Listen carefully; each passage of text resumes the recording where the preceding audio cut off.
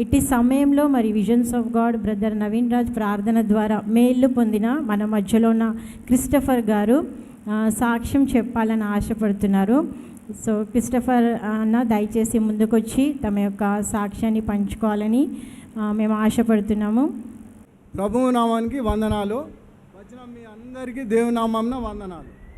మరి నేను చెప్పే సాక్ష్యం ఏంటంటే, బ్రదర్ నవీన్ గారు, ప్రియ గారు మా కుటుంబం గురించి ఎంతగానో వారు ప్రార్థనలు, మేము చేసిన వారు చేసిన గొప్ప కార్యాలు నేను చెప్పదలుచుకున్నది ఏంటంటే, మా కూతురు పెద్ద పాప అమెరికాలో ఉంటుంది. 4 years అయింది H1B వీసా రాక. ఎంతో శ్రమ పడుతున్నాము, ఎంతో ప్రేయర్లు పెడుతున్నాము. బ్రదర్ నవీన్ రాజ్ గారు చేసిన ప్రేయర్తోని ఇదే సంవత్సరం 1 month బ్యాక్ కూడా కాలే, 1 month she got the H1B visa. దేవునికి వందనాలు. ఎంతో విషయాలలో ఎందరో అమెరికాలో కష్టపడుతున్నారు, ఇబ్బందులు పడుతున్నారు. మరి ఇంకొకటి ఏంటంటే, నేను ఈ హాస్టల్లోనే ఈ స్కూల్లోనే చదివాను 1970లో. మా తాతగారు ఇక్కడ ఈ హాస్టల్లోనే సేవ చేశారు. Is a deacon. మా గ్రాండ్ మదర్ ఫాదరు వాళ్ళ బ్లెస్సింగ్స్ ఉన్నాయి మాకు 100%. దేవునికి వందనాలు. వాక్యం ద్వారా బలపడ్డ బిడ్డలు ఎందరో ఉన్నారు. ఎందరో అంటే వాళ్ళు లాభాలు పొంది ఇప్పుడు వాళ్ళు వాక్యానికి దూరమై నివసిస్తున్నారు. బ్రదర్ ప్రేయర్స్ ద్వారా పెళ్ళి అయింది, ఎందరో జాబులు వచ్చినాయి, పెళ్ళి కాని వారికి పెళ్ళి అయింది. కానీ దేవుని మళ్ళీ దూరం కొట్టుకోవడం, దేవుని దగ్గరికి రాకపోవడం, ఎంత విషయాలు సైతాన్ క్రియలు జరుగుతున్నాయో చూడండి. మరి నేను చెప్పే సాక్ష్యం ఏంటంటే, నా చిన్న కూతురు కూడా అమెరికాలోనే ఉన్నది. మేము ఎన్నుకోలేని మనుషులం మేము. నా స్టోరీ మొత్తం యోసేపు మాదిరే జరిగింది. యోసేపుని అమ్మబడ్డాడు ఎక్కడ, ఈజిప్ట్లో. దేవుడు ఎంత ఎత్తుకున్నాడు. తను ఒక ప్రధానమంత్రి అయ్యిండు. నేను కూడా మిడిల్ ఈస్ట్ దేశంలో 13-14 years ఉన్నాను. నా కుటుంబాన్ని పైకి లేపాను. ఒక చెల్లె అమెరికాలో ఉన్నది, ఆమె డాక్టరు. నా 2 బిడ్డలు అమెరికాలో ఉన్నారు. మేము అనుకోలేదు అలా దేవుడు మమ్మల్ని ఆశీర్వదిస్తాడని. ఎన్నుకోలేని వాళ్ళం మనం, ఒక స్తోమత లేని వాళ్ళను. అయినా దేవుడు ఇంతగానో ఎత్తుకున్నాడంటే, మాకు బ్రదర్ పరిచయం అయిన తర్వాత ఎంతో దేవుడు మమ్మల్ని ఇంకా ముందుకు నడిపించాడు. నవీన్ రాజు గారికి మేమైతే ఎప్పటికీ మేము రుణస్థులమై ఉంటాము. వారి ప్రార్థనలు, వాళ్ళు చేసిన ప్రార్థనలు ఎందరో మంచిగా అయ్యారు. మా కుటుంబం కూడా చాలా మేము బాగుపడ్డాము. నేను ఇప్పుడు ఇల్లు కన్స్ట్రక్ట్ చేస్తున్నాను. నా ఇంటి దగ్గర బోర్ నీళ్ళు ప్రెషర్ లేదు. బ్రదర్ మరి ఇట్లున్నదంటే వచ్చి ఇంటికి వచ్చి ప్రార్థన చేశాడు. ఇప్పుడు వాటర్ ఫుల్ వస్తున్నది.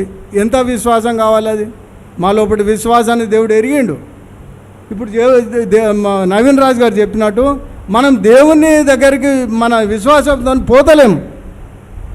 విశ్వాసం లేకనే మనము ఎన్నో కార్యాలు మన కుటుంబాలలో జరుగుతలేవు. అది నేను చాలా ఫీల్ అయ్యి, నేను హైదరాబాద్ నుంచి పొద్దున బయలుదేరి కరెక్ట్ 10:30 ప్రేయర్ అంటే ఇక్కడికి రీచ్ అయ్యాను. మళ్ళీ ఇదే ప్రిమిసెస్లో మేము చదివాము. మళ్ళీ మా తాతగారు బెంజమిన్ అంకుల్ తాతగారు, అతను మాకు హెడ్ మాస్టరు. వాళ్ళు చేసిన వాళ్ళ విద్య వల్ల మేము ఇంతగా ఆశీర్వదించాము. మేము అసలు నేనైతే ఎన్నుకోబడ్డానే కాదు, మా ఎడ్యుకేషన్ని బట్టి. కానీ దేవుడు నన్ను మిడిల్ ఈస్ట్ దేశానికి నడిపించి, నేను ఒక క్యాషియర్ పోస్టులో నన్ను ఎంచుకున్నాడు. క్యాషియర్ పోస్టు ఎవరైతే నన్ను మా మేనేజర్ పెట్టాడో అతనే నా దగ్గరికి వచ్చి జీతం తీసుకునేవాడు. అంతగా దేవుడు నన్ను హెచ్చించాడు.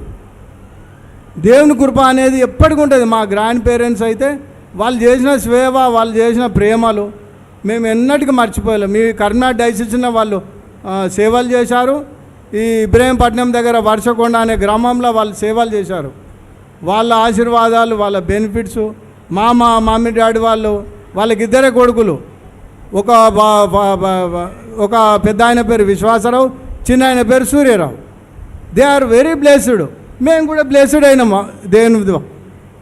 కాబట్టి నేను మీరు వచ్చిన బిడ్డలందరికీ చెప్పేది ఏంటంటే, విశ్వాసం ద్వారా మనం దేవుని ఏది అడిగినా 100% మనం విశ్వాసం ఉంటే అది సాధ్యమే.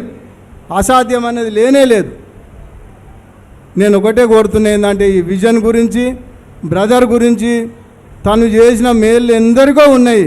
కానీ మేళ్ళు పొంది మళ్ళీ దేవునికి దూరమైన బిడ్డలు చాలా ఉన్నారు. కాబట్టి అలా మనం బ్రతకకుండా దేవుని యందు మనము విశ్వాసంతో బ్రతికితే దేవుడు అన్ని దీవెనలు కృపలు మనకిస్తాడు. పాప యెషయా 30:18 చదువమ్మా. కావున మీ యందు దయ చూపవలెనని యెహోవా ఆలస్యము చేయుచున్నాడు, మిమ్మును కరుణింపవలెనని ఆయన నిలువబడి ఉన్నాడు. యెహోవా న్యాయము తీర్చు దేవుడు, ఆయన నిమిత్తము కనిపెట్టుకొను వారందరూ ధన్యులు. దేవునికి వందనాలు. యెషయా గారు చెప్తున్నాడు, దేవుడు మనకి ఇంకా రెండో రాకడ కోసం సమయం ఇస్తున్నాడు. ఆయన సమయాన్ని మనం సద్వినియోగం చేసుకుంటున్నామా? కనుక మనం ఏంటంటే వాక్యాన్ని బట్టి మనం ఉంటే ఎక్కడికైనా దేవుడు మనల్ని నడిపిస్తాడు. యోబు గారు చేసిన త్యాగం అయితే మరవలేంది, తన మొత్తం కుటుంబం పోయింది, అయినా దానికి రెండంతల బ్లెస్సింగ్స్ దేవుడు ఇచ్చాడు.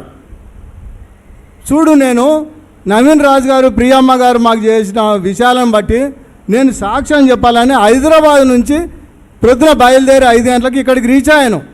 ఎందుకంటే మన విశ్వాసం మీదికి రావాలి, ముందుకు రావాలి, మన విశ్వాసం బలపడాలి.